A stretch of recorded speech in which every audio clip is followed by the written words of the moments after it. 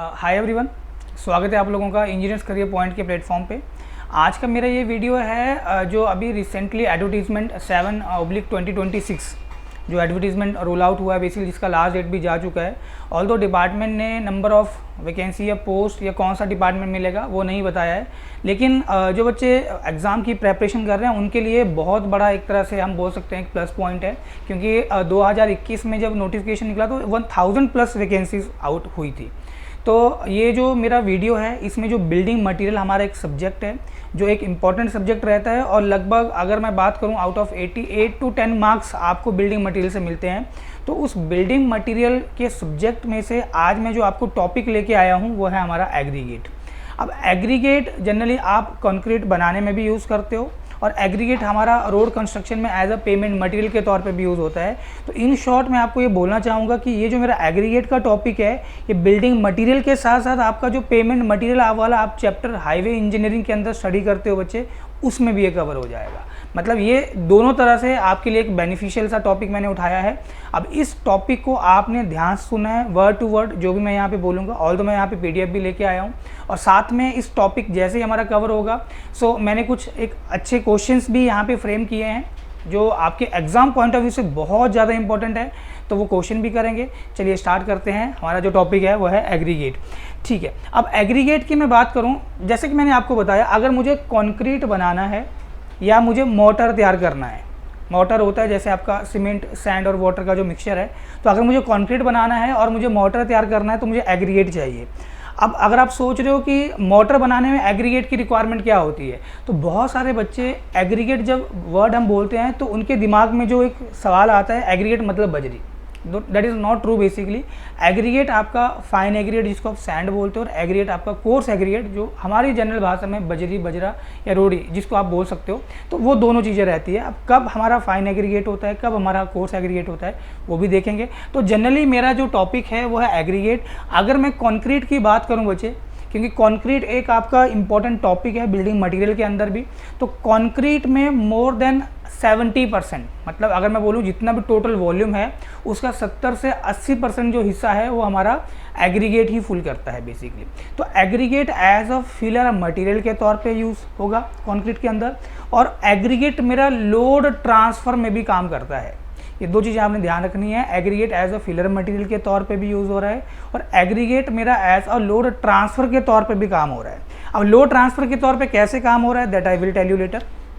अब इसमें जो बच्चे इंपॉर्टेंट चीज़ है, अगर मैं बात करूँ मेरा जो एग्रीगेट है वो एग्रीगेट कहाँ से आ रहा है हमें जो एग्रीगेट मिलता है वो कहाँ से मिलता है। तो जनरली हमारे पास क्या है भाई, पहाड़ है, बोलने मतलब रॉक्स हैं, रॉक से आपको क्या मिलता है, एग्रीगेट मिलता है। तो एग्रीगेट में भी आपको जो एग्रीगेट मिला वो नेचुरल सोर्स से मिला, ये उसको आपने बनाया आर्टिफिशियल है। जैसे हमारे पास ब्रिक्स होती हैं, ईंटें जिसको हम बोलते हैं, तो ब्रोकन ब्रिक्स के जो छोटे छोटे टुकड़े हम कर देते हैं, that is also kind of aggregate, लेकिन वो आर्टिफिशियल एग्रीगेट हो जाएगा।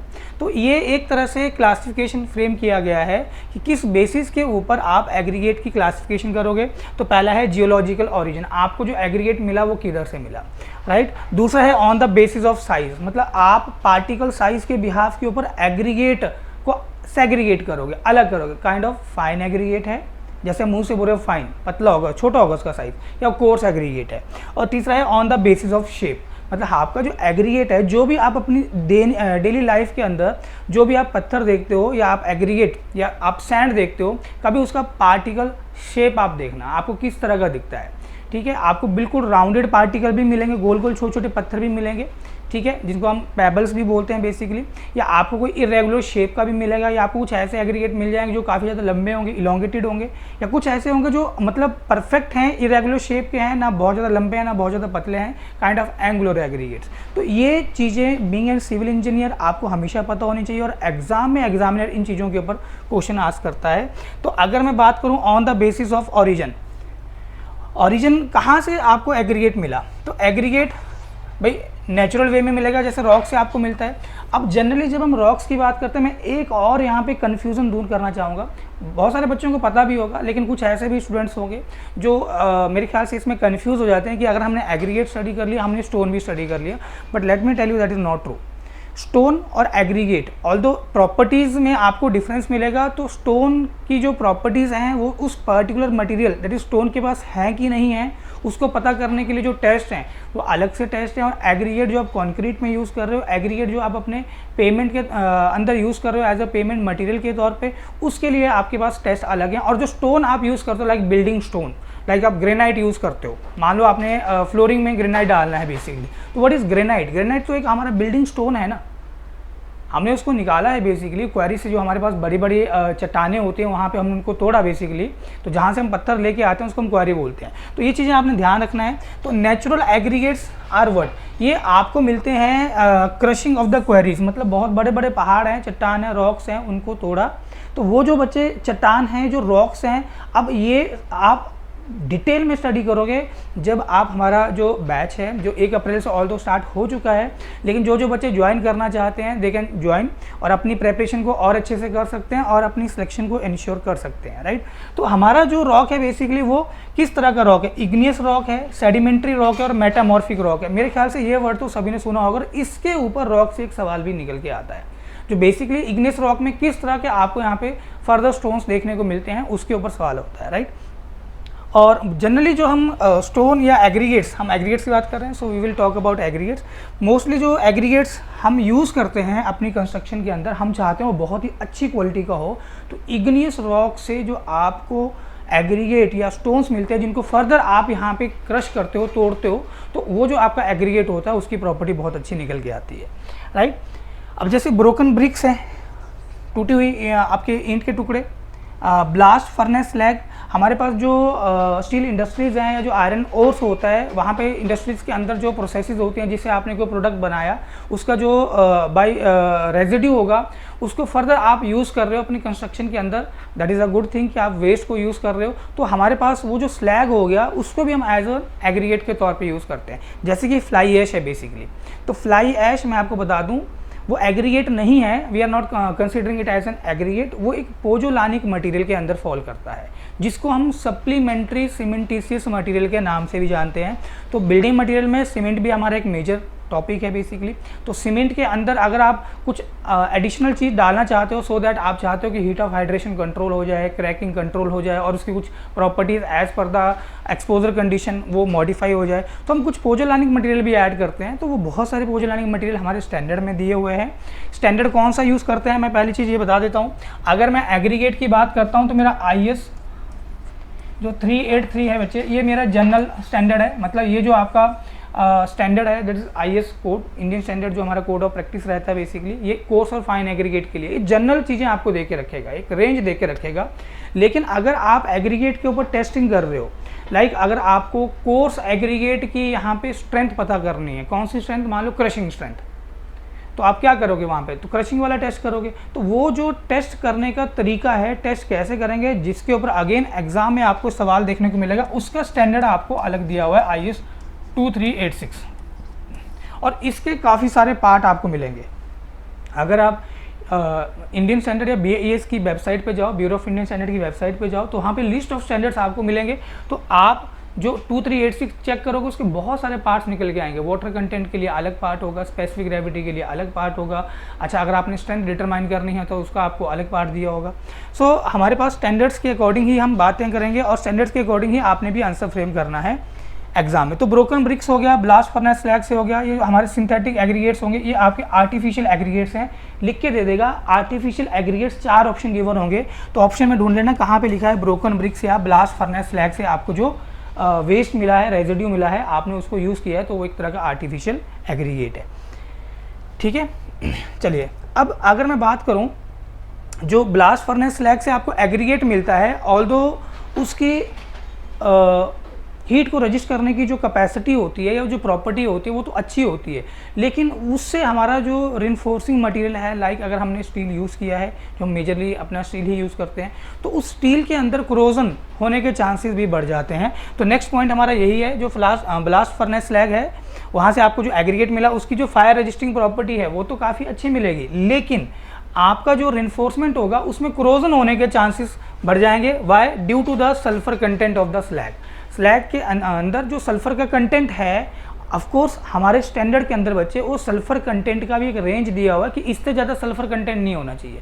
तो जितने भी आप मटेरियल, जौन से भी आप मटेरियल अपनी कंस्ट्रक्शन में यूज़ करोगे, हमारे स्टैंडर्ड्स के अंदर उनकी एक रेंज गिवन है, और वो रेंज के ऊपर भी सवाल कई बार एग्जामिनर पूछता है। तो वो सवाल आप ये मान के चलो, अगर आपने स्टैंडर्ड्स को देखा है, चीज़ों को बहुत अच्छे से स्टडी किया है, तभी आप उस क्वेश्चन का आंसर फ्रेम कर पाओगे, क्योंकि आप गेस नहीं कर पाओगे उस केस में, राइट। अब मैक्सिमम साइज जो आप यूज़ करोगे अपने एग्रीगेट का, मतलब हम कितना बड़ा साइज़ का यहाँ पे एग्रीगेट यूज़ कर सकते हैं अपनी कंस्ट्रक्शन के अंदर, ये डिपेंड करेगा कि आपका जो मेंबर है उसका साइज़ कितना है। आपने उस मेंबर के अंदर जो स्टील एज अ रिइंफोर्समेंट के तौर पे यूज़ किया है, उस स्टील के बीच में स्पेसिंग कितनी है। मैं आपको यहाँ पे ड्रॉ करके दे रहा हूँ, ये देखो जरा, इधर कोशिश करता हूँ आपको ड्रॉ करके बता दूँ। मान लो ये हमारा बीम है, just this is only for your understanding. ये हमारा बीम है और ये काले वाला मान लो यहाँ पे हमारा ये स्टील बार है। ये मैंने आपको एक बीम का क्रॉस सेक्शन शो किया है इधर, ठीक है। ये 2 बार ऊपर है जिसको आप बेसिकली यहाँ पे स्टिरप्स को होल्ड करने के लिए प्रोवाइड करते हो। तो ये मान लो हमारा ब्लू वाला जो है वो हमारा शियर इन्फोर्समेंट स्टिरप है, कुछ ऐसे, ठीक है। और ये हमारा जो बीम है वो कुछ ऐसे जा रहा है, ट्राई टू अंडरस्टैंड, ठीक है। मान लो कुछ इस तरह का हमारा शटरिंग लगा हुआ है और स्टील हमने उसमें डाला हुआ है, बांधा हुआ है स्टील। अब हमने कंक्रीटिंग करनी है मान लो, तो उस कंक्रीट के अंदर हम बात कर रहे हैं कोर्स एग्रीगेट की। Basically I am just giving an example, मैं उस बजरी की बात कर रहा हूँ। तो बच्चे अगर हमने जो कोर्स एग्रीगेट यूज़ किया, मान लो ये जो लाल से मैं यहाँ पे बना दे रहा हूँ, ये मेरा कोर्स एग्रीगेट है, this is my coarse aggregate. तो CA का मतलब हो गया कोर्स एग्रीगेट, ठीक है, जिसको आप बजरी या बजरा बोलते हो। तो अगर ये कोर्स एग्रीगेट का साइज, ये मेरा काले वाला जो है, ये मेरा यहाँ पे स्टील है, दिस इज माई स्टील।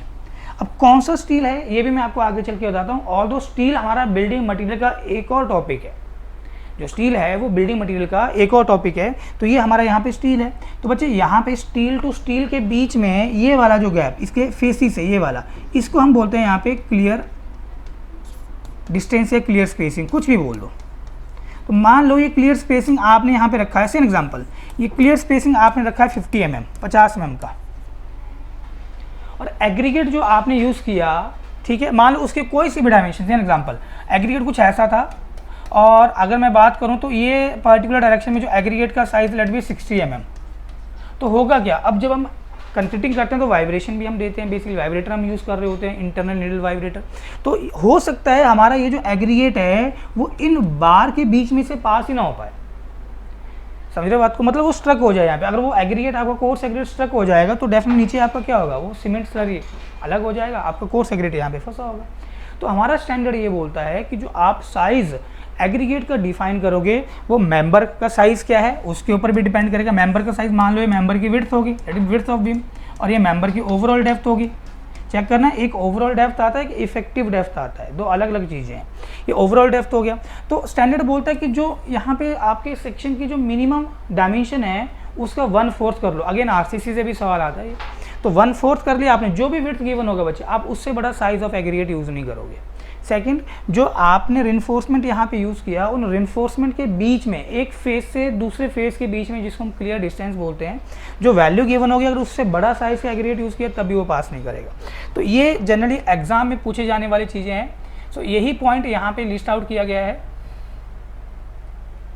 ये देखो, मैक्सिमम साइज ऑफ एग्रीगेट किसके ऊपर डिपेंड करता है, maximum size of what, coarse aggregate ends upon thickness of member, reinforcement, spacing, ये भी अभी मैंने आपको बात बताया, रिइंफोर्समेंट के बीच में कितना गैप है, क्लियर कवर कितना दिया है, ठीक है, और आपने जो मिक्सिंग किया है मटेरियल का, वो मिक्सिंग करने का आपके पास किस तरह का वे था, साधन कैसा था, हैंडल आपने कैसे किया, and what is the placing method of the concreting. अलग अलग मेथड होते हैं कंक्रीट को प्लेस करने के, बाय शूट भी आप कर सकते हो, बाय ट्रिमिंग भी आप कर सकते हो। ट्रिमिंग किस तरह का मेथड है उसके ऊपर भी डिपेंड करेगा। अब देखो, राउंडेड जो एग्रीगेट्स होते हैं, ऑल्दो राउंडेड एग्रीगेट्स की वर्केबिलिटी ज़्यादा निकल के आती है, लेकिन इनकी जो इंटरलॉकिंग होती है वो कम होती है। तो इसी पॉइंट ऑफ व्यू से हम जनरली राउंडेड एग्रीगेट्स को प्रीफर नहीं करते हैं कंस्ट्रक्शन के अंदर।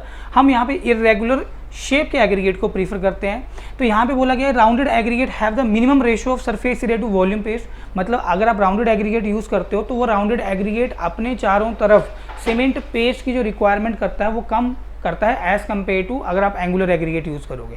अगर सीमेंट पेस्ट की रिक्वायरमेंट कम करता है तो जो भी आपने सीमेंट पेस्ट यूज़ किया गया होगा उसमें से काफ़ी सारा पेस्ट बच जाएगा, जिससे वर्केबिलिटी हमारे मिक्स को मिलती है। सेम ये हमारा वाटर के साथ भी लिंक्ड है। अब इरेगुलर एग्रीगेट जो होते हैं, अब ध्यान रखना ये शेप के ऊपर बात कर रहा है, राउंडेड मतलब शेप के बिहाफ पे, इरेगुलर मतलब शेप के बिहाफ पे। तो जो इरेगुलर एग्रीगेट्स होते हैं वो गुड बॉन्ड डेवलप करते हैं और कंक्रीट जो होगा आपका वो अच्छा रहेगा अगर आप एक ऑर्डिनरी कंक्रीट बना रहे हो इरेगुलर शेप का। तो इसमें भी इरेगुलर शेप में आप ऐसा नहीं कि बहुत ज़्यादा इलोंगेटेड या फ्लैकी एग्रीगेट्स आप यूज़ कर लोगे। Like on the basis of shape यहाँ पे लिखा है राउंडेड एग्रीगेट्स हैं, इरेगुलर शेप एग्रीगेट्स हैं, एंगुलर शेप एग्रीगेट हैं जो प्रीफर किया जाता है। और ये आ भी चुका है एग्जाम के अंदर, किस शेप का एग्रीगेट प्रीफर करते हैं कंस्ट्रक्शन में, आंसर है एंगुलर शेप का। ये मैं आपको शेप दिखाऊंगा भी, ये कैसे दिखते हैं, एंगुलर शेप एग्रीगेट कैसा होता है, that I will show. Flaky aggregates, बहुत ज़्यादा पतले एग्रीगेट नहीं होने चाहिए, पतला एग्रीगेट होगा लोड पड़ेगा टूट जाएगा। बहुत ज़्यादा लंबा नहीं होना चाहिए, टू इलोंगेटेड एग्रीगेट्स होंगे, अगेन लोड पड़ेगा तो एकदम से ब्रेक हो जाएंगे। तो अगर ये शेप की हम बात करें तो हम चाहते हैं कि एंगुलर शेप एग्रीगेट हो। साइज में मेरे पास कोर्स और फाइन, अब एग्रीगेट मेरा कोर्स एग्रीगेट है या एग्रीगेट मेरा फाइन एग्रीगेट है, ये पता करने के लिए बच्चे हमारे पास सीविंग होती है। सीविंग जैसे छननियाँ होती हैं जिनके साइड पे वो उनका नंबर मार्क होता है कि वो किस mm या माइक्रोन की सीव है, ठीक है। तो इंडियन स्टैंडर्ड सीव्स होती हैं। तो अगर मैं बात करूं कि जो एग्रीगेट्स हैं, देखो जैसे यहाँ पे एक पॉइंट दिया भी है कि अगर मैं कोर्स एग्रीगेट की बात करूं तो 80 mm से लेके 4.75 मतलब 4.75 475 mm की जो सीव है वो डिसाइडिंग सीव होती है। उसके ऊपर जो मटेरियल रिटेन कर रहा है बेसिकली वो कोर्स एग्रीगेट हो गया, और उसमें से जो पास कर जाएगा वो आपका फाइन एग्रीगेट हो जाएगा, राइट। अब फ्लैकी एग्रीगेट्स क्या होते हैं ये भी मैं आपको बताता हूँ। फ्लैकी एग्रीगेट्स देखो यहाँ पे एक पॉइंट लिखा गया है, किस एग्रीगेट को आप बोलोगे फ्लैकी है, मतलब वो एग्रीगेट आपका पतला है। मान लो कोई एग्रीगेट है, ठीक है, ये बहुत ज़्यादा लंबा तो नहीं है लेकिन ये पतला है, ट्राई टू अंडरस्टैंड, कोशिश करो समझने की। पतला सा आप एग्रीगेट उठा लो तो कब आप बोलोगे कि आपका जो एग्रीगेट है वो फ्लैकी है या पतला है, जिसको आप कंस्ट्रक्शन में प्रीफर नहीं करोगे। तो अगर उस एग्रीगेट की कोई सी भी डायमेंशन, जनरली हम उसकी स्मॉलेस्ट डायमेंशन लेके चलते हैं, अगर एग्रीगेट की कोई सी भी डायमेंशन 0.6 टाइम्स ऑफ या 3/5 ऑफ, कुछ भी बोल दो, 3 को 5 से भाग करोगे तो 0.6 ही आता है।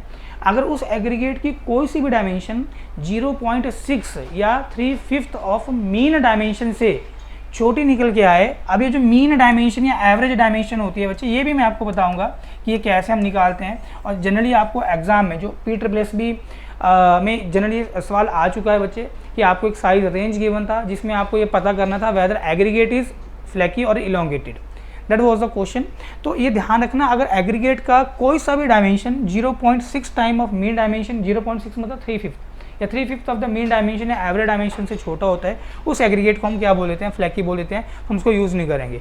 और कौन से एग्रीगेट आपके इलोंगेटेड होंगे, अगर एग्रीगेट की कोई सी भी डायमेंशन, अगेन और जनरली यहाँ पे लार्जेस्ट डायमेंशन होती है, जैसे हमने बोला एग्रीगेट फ्लैकी है तो जनरली यहाँ पे स्मॉलेस्ट डायमेंशन होती है। तो एग्रीगेट की अगर लार्जेस्ट डायमेंशन, तो कैसे मैं फ्रेम कर रहा हूँ, अगर एग्रीगेट की कोई सी भी dimension 1.8 times of mean dimension या एवरेज साइज या मीन साइज इससे बड़ी होगी तो उस एग्रीगेट को हम बोलते हैं वो इलोंगेटेड है, लंबा एग्रीगेट है।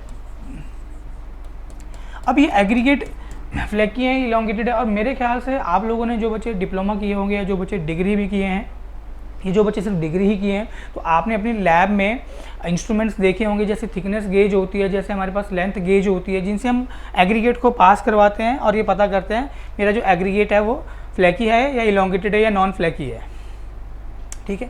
अब एग्रीगेट्स कौन सा कहाँ मिलता है, एक जनरली आपको टेबल में डाटा फ्रेम किया गया है। अगर मैं राउंडेड एग्रीगेट की बात करूँ बच्चे, तो राउंडेड गोल सा पत्थर कहाँ मिलेगा, नदी के किनारे मिलेगा। गोल सा पत्थर जो होगा वो रिवर पेबल्स में हम जिनको बोलते हैं, वो कहाँ मिलेंगे, नदी के किनारे मिलेंगे, सिंपल सी बात है, ठीक है जी। इरेगुलर और पार्टली राउंडेड एग्रीगेट्स, ये जो आपके पिट्स से जो आपको सैंड मिलता है या जो आपको ग्रेवल मिलेगा, वहाँ से आप खुदाई कर रहे हो, ट्राई टू अंडरस्टैंड, वहाँ से आपको जो पत्थर मिल रहे हैं वो दैट इज़ इरेगुलर या पार्टली राउंडेड होंगे।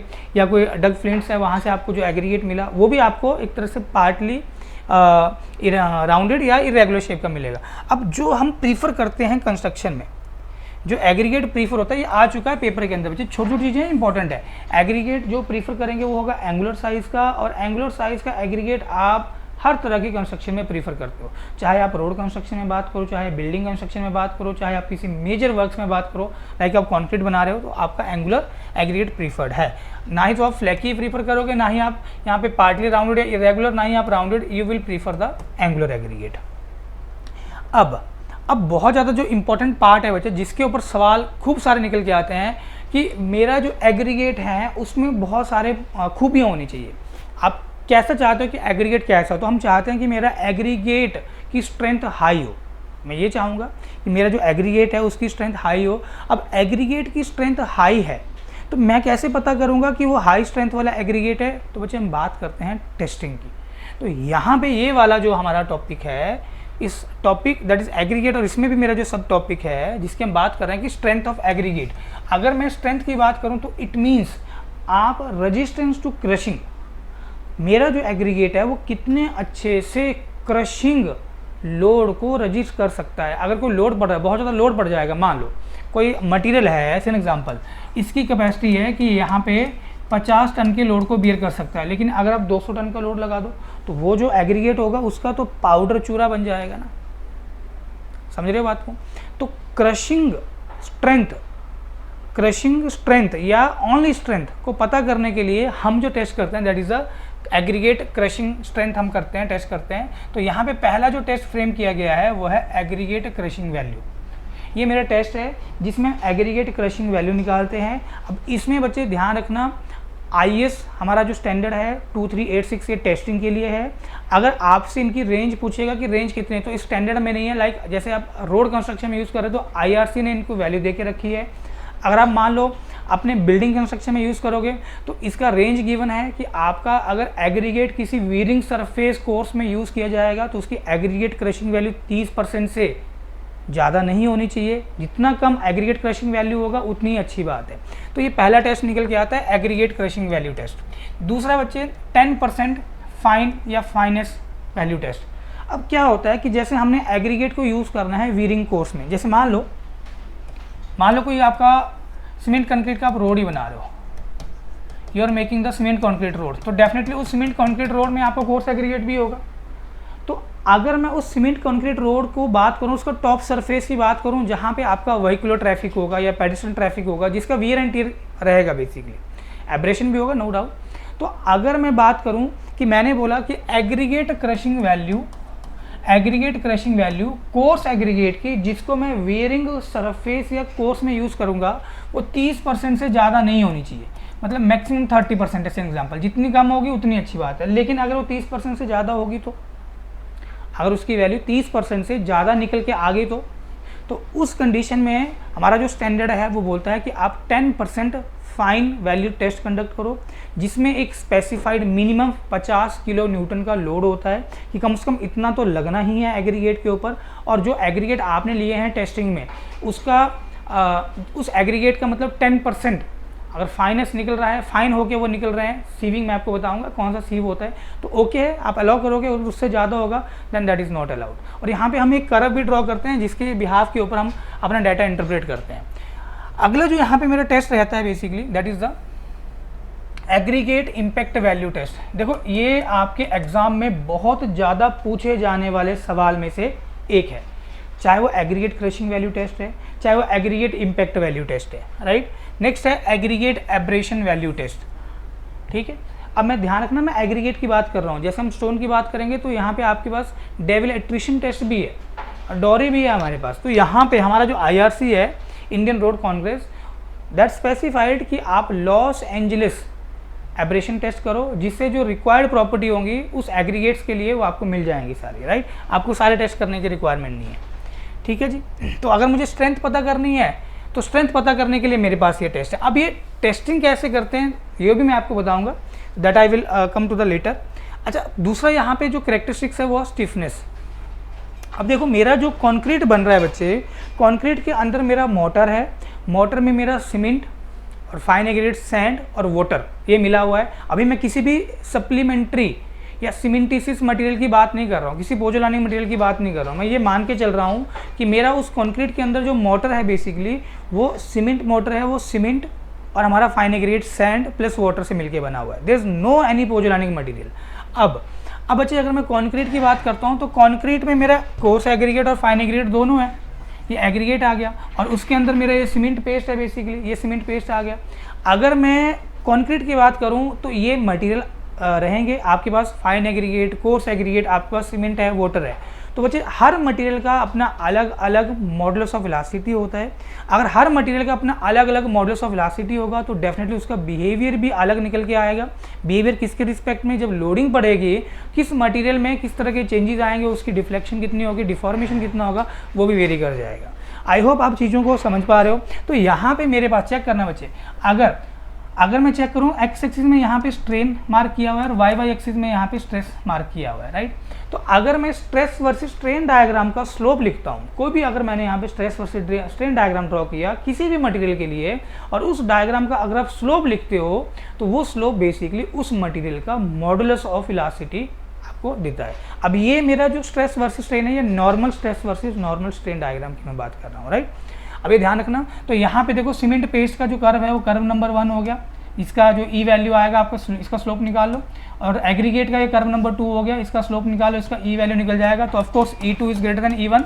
अब मेरा जो कॉन्क्रीट है उसमें आपका सीमेंट पेस्ट भी है और आपका यहाँ पे एग्रीगेट भी है। नाउ व्हाट विल हैपन, तो यहाँ पे एवरेज जो वैल्यू निकल के आएगी वो कंक्रीट का स्टिफनेस कहलाएगा। स्टिफनेस मतलब ई वैल्यू, राइट।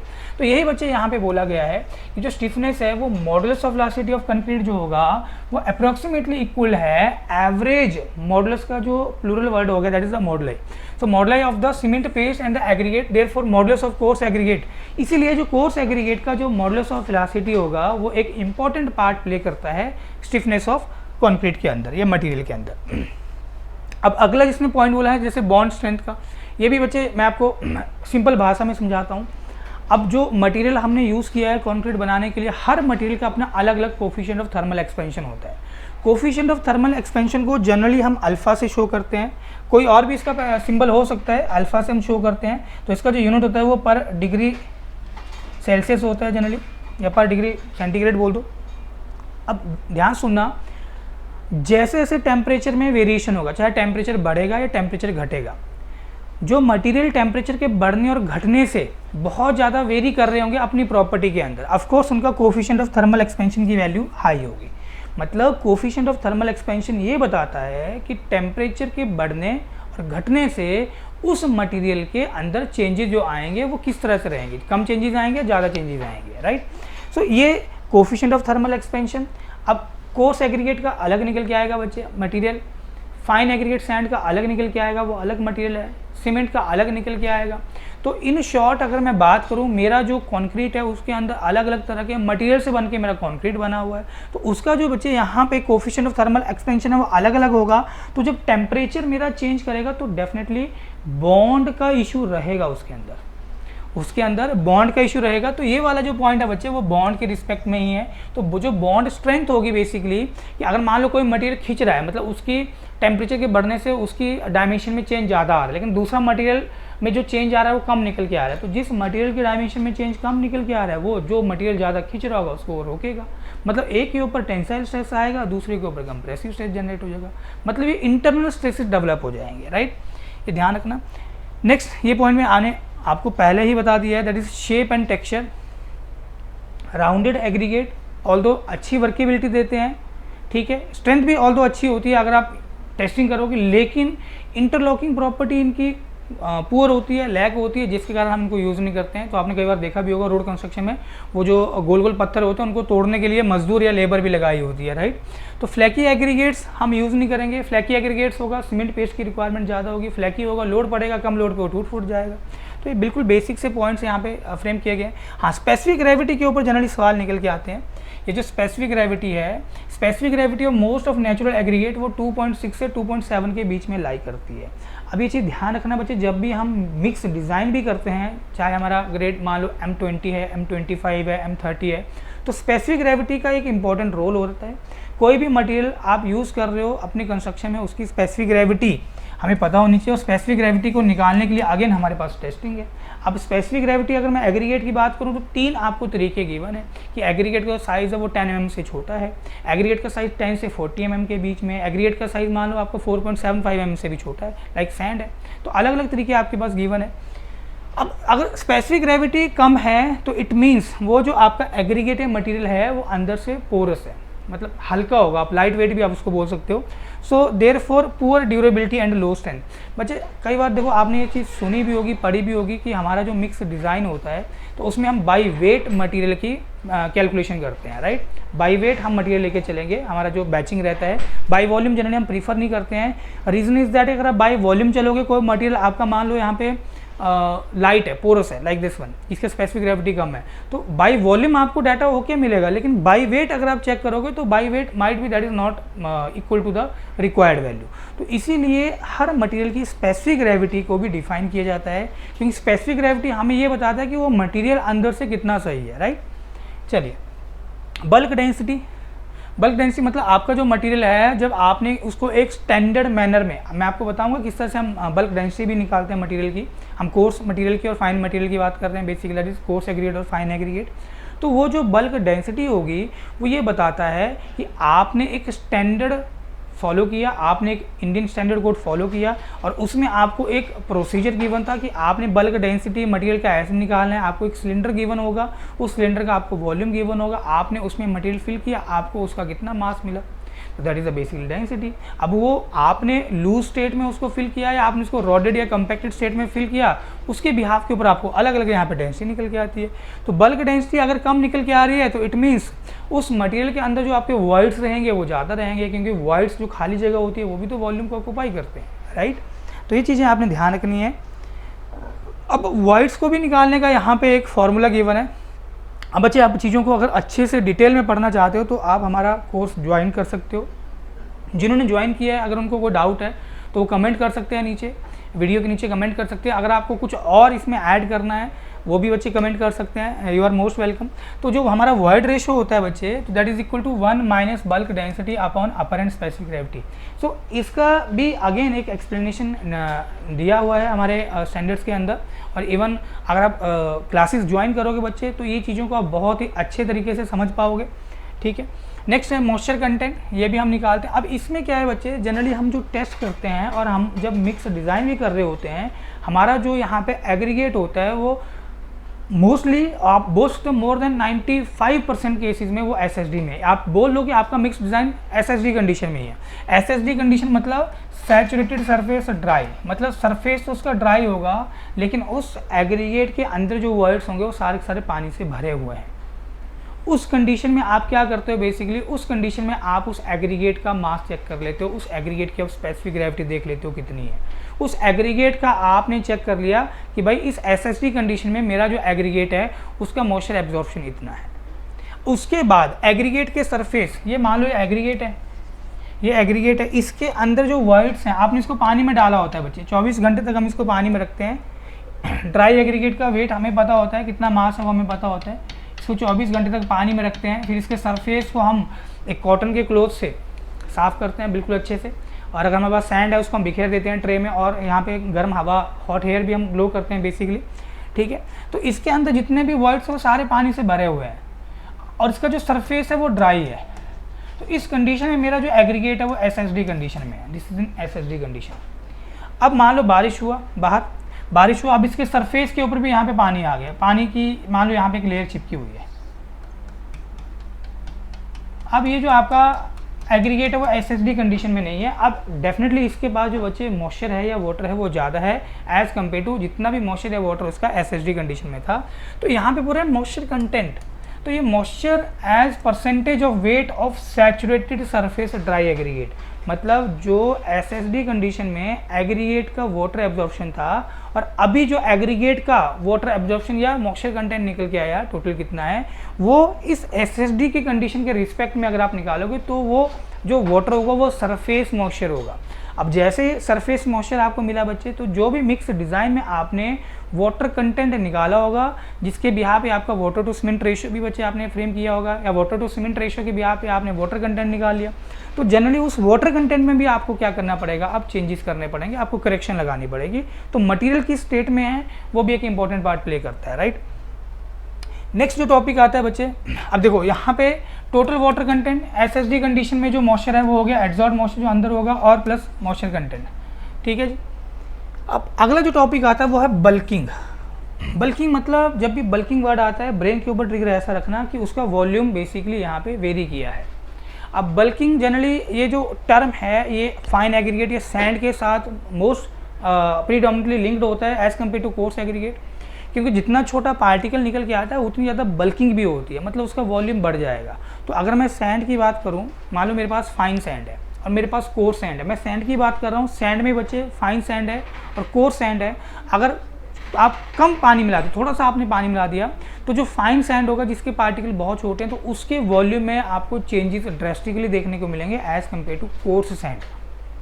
समझ रहे बात को? अब ये जो वॉल्यूम बढ़ता है, तो जैसे ही आपने कुछ वाटर मिलाया, मान लो मेरा सैंड का पार्टिकल, मैं थोड़ा इसको बड़े स्केल पे ही शो कर रहा हूँ, तो जो पानी होगा वो इसके ऊपर एक पतली सी फिल्म बना लेगा वाटर ऐसे।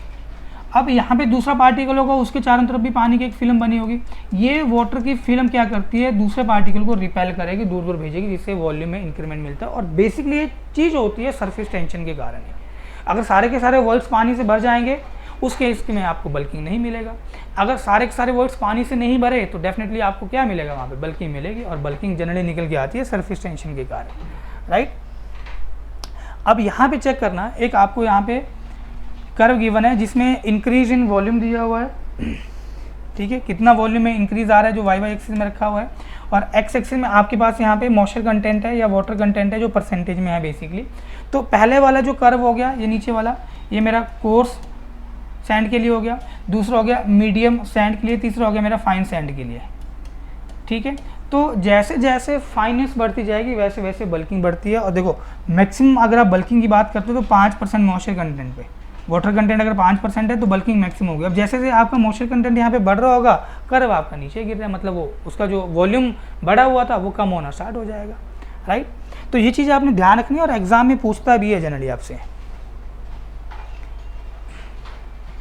अब अगर सैंड को बाय वॉल्यूम आपने यूज़ किया है अपने कैलकुलेशन में in the mix design, if sand is measured by volume, अगर आप सैंड को बाय वॉल्यूम मेजर किए हो और आपने कोई भी अलाउंस नहीं लगाया है बल्किंग के लिए, इन दैट केस आपका जो कंक्रीट होगा वो आपको एक रिचर कंक्रीट मिलेगा। ये चीज़ दिमाग में बिठा लो।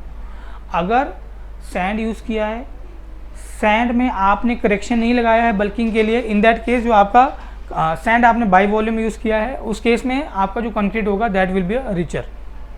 अब जो बल्किंग हम निकालते हैं बच्चे, अगर मैं बल्किंग की बात करूं कितना परसेंट जो वॉल्यूम में चेंजेस देखने को आया है, तो जनरली यहाँ पे हमारे पास फॉर्मूला है। कैसे निकलता है, अगेन सेइंग, अगर आप सेशन ज्वाइन करते हो, आप बैच ज्वाइन करते हो, you will find each and everything in a detailed way, right.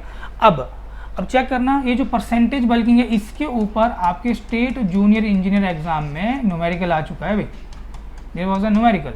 तो यहाँ पे ओरिजिनल वॉल्यूम कितना है, what is the original volume, let be the VI initial volume, what is the increase in volume, increase in volume कैसे निकालोगे, volume में कितना increment हुआ, इनिशियल वॉल्यूम पता था, फाइनल वॉल्यूम इतना आया, तो फाइनल वॉल्यूम में से इनिशियल वॉल्यूम घटाओगे क्योंकि वॉल्यूम बढ़ रहा है, तो वही आएगा इंक्रीज इन वॉल्यूम। तो यहाँ पे आपने इंक्रीज इन वॉल्यूम लिख दिया और नीचे भी आपका इंक्रीज इन वॉल्यूम हो गया, 100 से मल्टीप्लाई कर दिया, मतलब परसेंटेज में आपने वैल्यू लिख दिया, तो ये परसेंटेज बल्किंग निकल के आ गया बेसिकली, राइट। अब मेरे ख्याल से अगला जो देखो यहाँ पे जो टर्म है that is the finance modulus, और ये भी लगभग सभी बच्चों ने इसको पढ़ा होगा, सुना होगा, और ज़रूर आपने अपने प्रीवियस एग्ज़ाम जो आपकी स्टेट में हुए हैं, चाहे वो जेई का है चाहे वो ए का है, आपने सवाल जरूर देखा होगा। तो फाइनेस मॉडुलस क्या होता है, मेरा जो पार्टिकल्स है उनकी जो रेंज है वो कितनी कोर्स है, वो कितनी फाइन है, उसको शो करेगा। फिर से बोल रहा हूँ, देखो मेरा जो फाइनेस मॉडुलस है वो एक नंबर असाइन होता है जो रफली ये बताता है कि एवरेज साइज ऑफ पार्टिकल कितना है मेरे उस लॉट में। या ये भी आप बोल सकते हो कि मेरा जो लॉट आया, मान लो आपके पास बाहर एक कोर्स एग्रीगेट बजरी का एक ट्रक आया एज एन एग्जाम्पल, तो उसका एफ एम मतलब फाइनेस मॉडुलस है। आप ये बता सकते हो कि पार्टिकल की कोर्सनेस और पार्टिकल की फाइनेस किस लेवल पे है, मतलब वो जो बजरी आई है उसमें ज़्यादातर जो पार्टिकल हैं वो बड़े साइज़ के हैं कि छोटे साइज़ के हैं। तो ये एक नंबर असाइन होता है बच्चे, और ये जो नंबर हम निकालते हैं ऐसा नहीं है कि हमने कैसे करेंगे इसको या एक हमने गेस किया है, तो हम बच्चे सीविंग करते हैं। सीव से हम यहाँ पे एक रिप्रेजेंटेटिव सैंपल लेते हैं उस पर्टिकुलर लॉट के लिए, तो सीविंग करेंगे, उस सीव से हम यहाँ पे क्यूमुलेटिव परसेंटेज वेट रिटेन निकालते हैं, फिर कितना परसेंट मटेरियल आपका पास हो रहा है वो परसेंटेज फाइनल हम निकालते हैं, उसको एक नंबर टोटल जो भी नंबर आता है सम करके क्यूमुलेटिव में उसको 100 से भाग करके एक नंबर आपको मिलेगा। तो वो नंबर यही बताता है कि पार्टिकल साइज़ क्या है। इसमें जो इंपॉर्टेंट चीज़ मैं आपको बता देता हूँ फिलहाल के लिए कि आपका जो finest modulus FM it is the sum of cumulative percentage retained on the sieves. आपके पास सेट ऑफ सीव्स होंगी, इंडियन स्टैंडर्ड सीव्स होती हैं। अब सीव्स का आपने थोड़ा ध्यान रखना है, यहाँ पे जो सीव होंगी आपकी वो 80 mm की है, 63 mm की है, 20 की है, 12.5 की है, 10 की है, 4.75 की है, 2.36 की है, 1.18 की है, 600 की है, 300 की है और 150 माइक्रोन की है। सबसे नीचे 150 माइक्रोन की सीव है।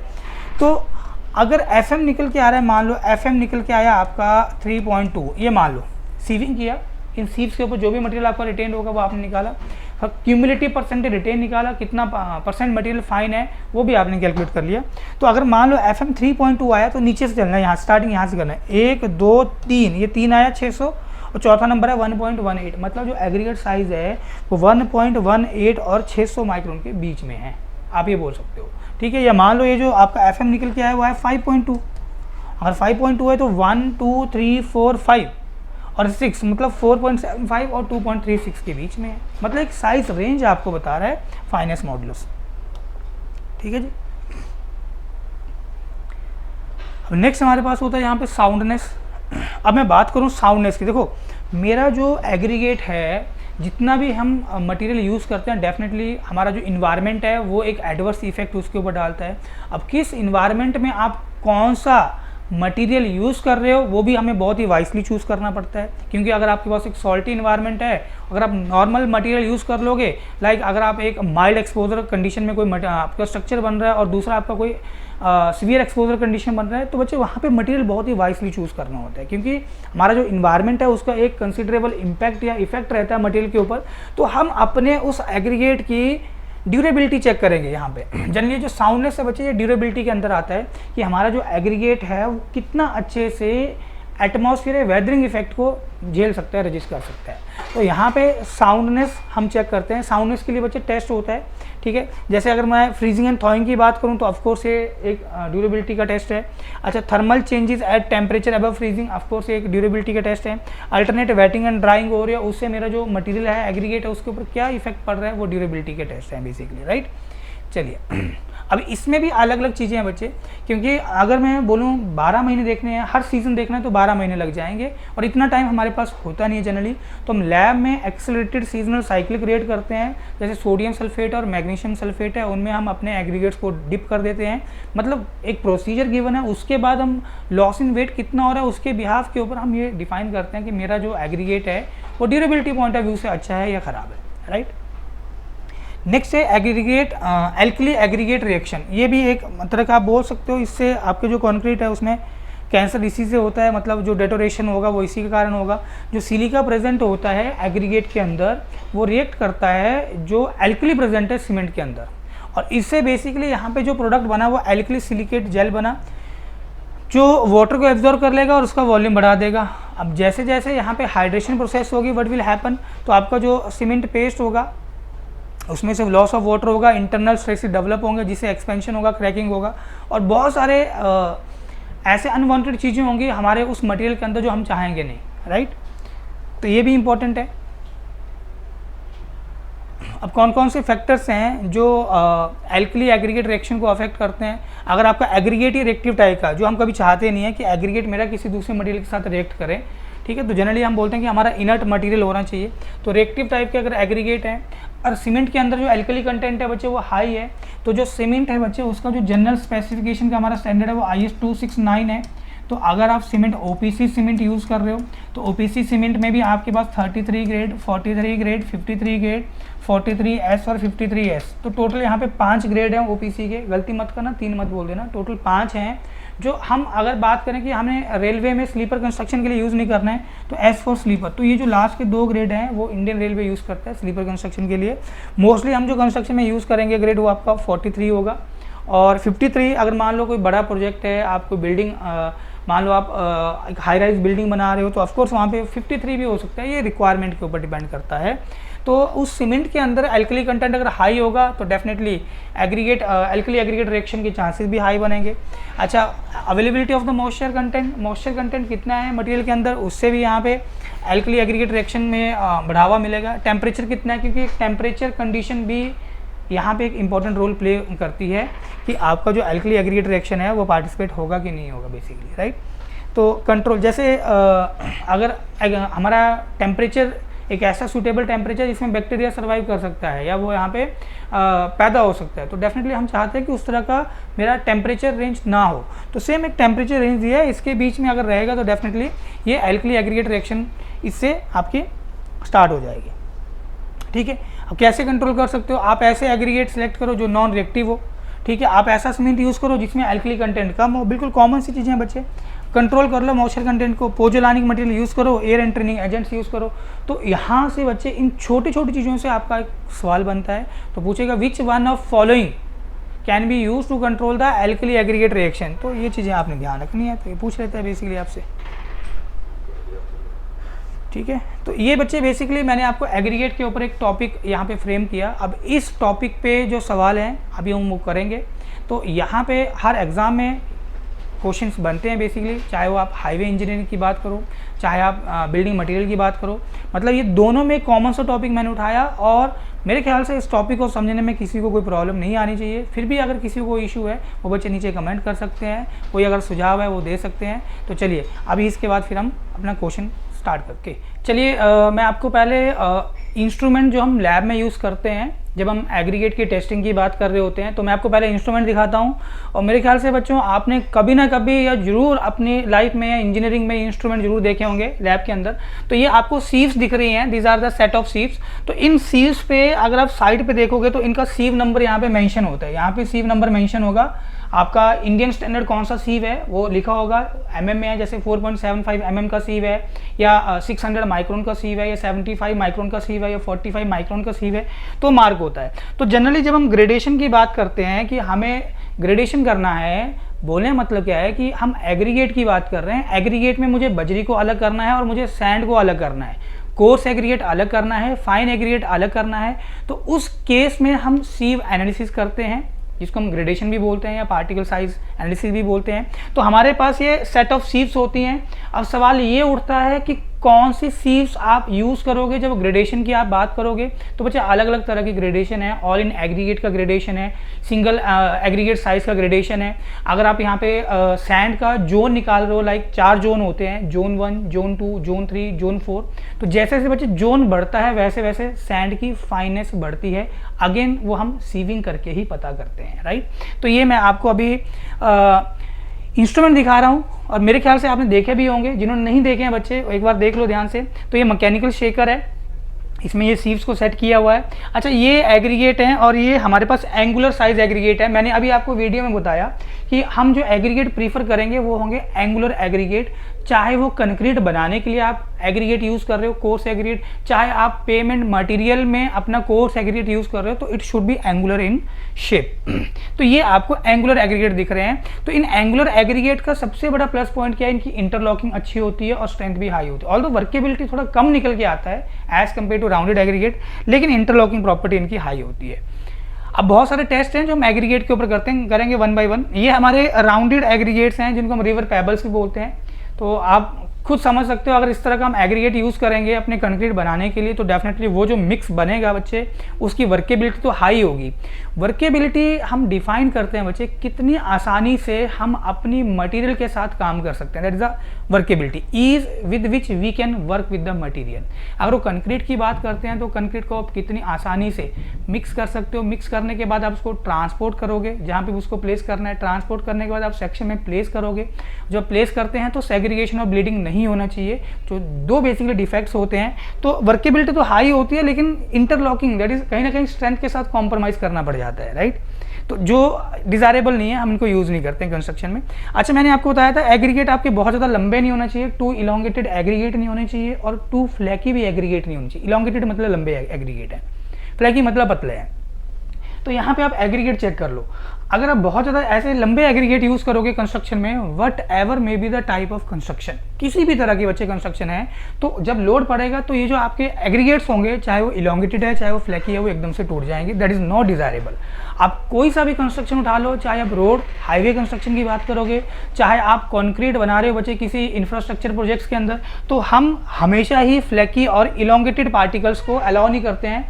अब सवाल ये उठ के आता है कि पार्टिकल्स फ्लैकी हैं या इलोंगेटेड हैं, ये कैसे पता करते हैं? और मेरे ख्याल से आपने कभी ना कभी अपने जीवन में ये टेस्ट भी देखा होगा या किया होगा। तो इसमें आपको एक गेज दिख रही है बच्चे, इसमें से हम क्या कर रहे हैं, पार्टिकल को पास कर रहे हैं अलोंग इट्स लेंथ। ठीक है, तो यहाँ पे आप इलोंगेशन टेस्ट निकालते हो, तो जो पार्टिकल यहाँ पे आपके पास नहीं हो रहे हैं, जो पार्टिकल आपके यहाँ पे पास नहीं हो रहे हैं, इट मीन्स वो इलोंगेटेड होंगे, लंबे पार्टिकल होंगे, राइट। अच्छा, यहाँ पे एक और गेज है, ये चेक करो, ये बच्चे थिकनेस की गेज है, ये भी आपने यूज़ किया होगा। इसमें नंबर ऑफ ओपनिंग स्लॉट्स आपको दिख रहे हैं। अब इस थिकनेस गेज के अंदर, इस थिकनेस गेज के अंदर यहाँ पे साइज मेंशन होता है। ऑल्दो इस पर्टिकुलर स्केल पे आपको नहीं दिख रहा है, साफ नहीं है इतना पिक्चर, लेकिन यहाँ पे जो भी पार्टिकल साइज रेंज आप उठाए हो, सीन एग्जांपल आपने वो पार्टिकल लिए जो 12.5 mm सीप से पास हो गए और 10 mm की सीप पे रिटेन हो गए, वो पार्टिकल है मान लो, तो 12.5 mm की सीप से पास हुए, 12.5 mm सीप से पास हो गए, सी मैंने अभी आपको दिखाया, और 10 mm की IS सी पे बच्चे वो रिटेन हो गए। तो अगर मैं आपसे पूछूं कि कौन सा मुझे यहाँ पे ओपनिंग स्लॉट्स उठाना है, तो अगेन बच्चे इसका भी हमारे पास एक फॉर्मेशन है कि आप कौन से यहाँ पे साइज में से उसको पास करवाओगे। तो मैंने आपको बोला अगर मैं एवरेज साइज चेक करूँगा तो 12.5 mm की सीप से पास हुआ, 10 के ऊपर रिटेन हुआ, तो यहाँ पे एवरेज साइज आ जाएगा। अगर आपके एग्रीगेट फ्लैकी हैं तो एग्रीगेट की कोई सी भी डायमेंशन 0.6 या 3/5 ऑफ मीन डायमेंशन या एवरेज डायमेंशन से कम नहीं होनी चाहिए। तो हम चेक कर लेंगे यहाँ पे, right, we will check here. अब जो बच्चे जो एग्रीगेट आपके पतले होंगे, फ्लैकी होंगे, वो तो पास कर जाएंगे, तो जो फ्लैकी पार्टिकल होंगे वो पास कर जाएंगे, उनको अलग कर दोगे। तो सबसे पहले बच्चे अगेन स्टेट जे में पूछा हुआ सवाल है, अलग अलग स्टेट्स के क्वेश्चन लगाना बच्चे, कभी भी अपनी स्टेट पे लिमिट मत रहना कि हमें खाली पंजाब के लगाने, हमें खाली हिमाचल के लगाने, हमें खाली जम्मू कश्मीर के लगाने। जितने आप वैरायटी ऑफ क्वेश्चन लगाओगे इट विल बी गुड। तो यहाँ पे सबसे पहले फ्लैकीनेस वाला टेस्ट कंडक्ट किया जाता है, और जो नॉन फ्लैकी पार्टिकल्स होंगे बच्चे उनके ऊपर फर्दर इलोंगेशन वाला टेस्ट कैरिड आउट किया जाता है, जो हमारे स्टैंडर्ड में भी गिवन है IS 2386 के अंदर। अब ये हमारे पास लॉस एंजलिस एब्रेशन मशीन है। मैंने अभी आपको बताया था कि अगर मुझे अपने एग्रीगेट की हार्डनेस पता करना है, मेरा एग्रीगेट कितना हार्ड है, मतलब उसका resistance against wear and tear अगर मुझे पता करना है बच्चे, तो मैं क्या करूँगा, मैं टेस्ट कंडक्ट करूँगा। अगेन हमारे पास है लॉस एंजलिस एब्रेशन टेस्ट। तो ये हमारे पास एक मशीन होती है, इसकी ऑल्दो डायमेंशन बिल्कुल भी रिक्वायर्ड नहीं है, याद रखना। तो इसमें हम कुछ सॉलिड स्टील की बॉल भी डालते हैं, तो वो स्टील बॉल कितनी डलती हैं, और साथ में आप इस ड्रम को जो यहाँ पे रोटेशन देते हो, घुमाते हो, ये ऑलरेडी पेपर में आ चुके सवाल है बच्चे। इस ड्रम को जो टोटल रोटेशन देना है, 500 बार घुमाना है या 1000 बार घुमाना है, क्योंकि इसका जो RPM का रेट होता है वो 30 to 33 RPM होता है, 30 से 33 RPM ये रेट होता है इसका, मतलब 1 मिनट में ये 30 से 33 बार घूमेगा। तो इसको 1000 बार टोटल घुमाना है रोटेशन टोटल, या 500 टोटल रोटेशन देना है, ये डिपेंड करता है कि जो आप एग्रीगेट यूज़ किए हो बच्चे, वो एग्रीगेट की ग्रेडिंग क्या है, राइट। तो स्टैंडर्ड में IS कोड के अंदर हमें grade A B C D E ये ग्रेडिंग गिवन है, उसके बिहाफ के ऊपर नंबर ऑफ स्टील बॉल और कितना टोटल रोटेशन देना है वो डिफाइन है। अगेन पेपर में पूछा हुआ सवाल है, ऑल्दो ये एग्रीगेट के साथ लिंक नहीं है, बट ये कॉन्क्रीट के साथ ये हम स्लम पता कर रहे हैं, that is how to check the workability of the concrete at the site. तो ये स्लम्प हम पता कर रहे हैं। अब यहाँ पे मेरे पास ये इन्वर्टेड कोन है, basically this is a slump cone. तो यहाँ पे फ्रस्टम ऑफ कोन होता है, इसको हम 3 लेयर में फिल करते हैं, राइट। पहले 4 लेयर में होता था, अब इसको 3 लेयर में फिल करते हैं। यहाँ पे टेम्पिंग रॉड भी है, हर लेयर को आप 25 बार टेम्प करते हो, ठीक है। फिर यहाँ पे फॉल कितना आ रहा है वो आप मेजर कर रहे होते हैं ना, जो हम कंक्रीट में देखेंगे। अभी फिलहाल तो हम बात करेंगे एग्रीगेट की ही, ठीक है। ये हमारा कॉम्पैक्शन फैक्टर टेस्ट है बच्चे, ये हमारे पास फ्लो टेबल टेस्ट है, यहाँ पे ये मेजरमेंट हो रहा है डायमीटर का। हम ये सारे टेस्ट करते हैं प्रैक्टिकली, राइट। किसी भी बड़े प्रोजेक्ट्स में ये टेस्ट किए जाते हैं, या अगर कोई प्रोजेक्ट्स है जिसमें क्वालिटी बहुत अच्छे से फॉलो की जा रही है, टेस्ट किए जाते हैं। अगेन यहाँ पे इस पिक्चर में आपको सीट्स दिख रही हैं डिफरेंट ओपनिंग्स की, तो आपको उसके कॉरस्पॉन्डिंग में यहाँ पे पार्टिकल साइज भी अलग अलग करके रखे हैं। तो ग्रेडेशन या पार्टिकल्स को उनके साइज के अकॉर्डिंग आपने अगर डिफाइन करना है, then we have the sieve analysis, right. और ये हमारे पास इम्पैक्ट टेस्टिंग मशीन है बेसिकली। तो अगर आपको एग्रीगेट ये पता करना है कि जो एग्रीगेट है वो कितना उनका टफनेस है, मतलब अगर आपको एग्रीगेट की टफनेस चेक करना है, टफनेस, तो बच्चे चाहे आप टफनेस यहाँ पे बात करो, चाहे आप टफनेस की बात स्ट्रेंथ ऑफ मटेरियल में करो, तो जब भी हम टफनेस की बात करते हैं तो हमेशा हमारा जो कंसर्न होता है that is with the impact load. हमारा जो मटेरियल है वो कितने अच्छे से इम्पैक्ट लोड को रजिस्ट कर पा रहा है, तो वो बेसिकली टफनेस को शो करेगा। एक हाई टफनेस वाला एग्रीगेट होगा तो डेफिनेटली उस एग्रीगेट के लिए जो इम्पैक्ट लोडिंग निकल के आएगी, मतलब उसको अगर पाउडर फॉर्म में कन्वर्ट करना होगा तो ज़्यादा निकल के आता है, राइट। तो ये मैंने आपको एक पिक्चर सभी के दिखा दिया। ऑल दो अब यहाँ पे मैं आपके लिए टेस्ट क्वेश्चंस भी लेके आया हूँ जो अभी हमने टॉपिक किया है एग्रीगेट। तो चलिए कुछ क्वेश्चंस देखते हैं, और ये इंपॉर्टेंट सवाल है बेसिकली आपके एग्जाम पॉइंट ऑफ व्यू से, दीज आर इंपॉर्टेंट।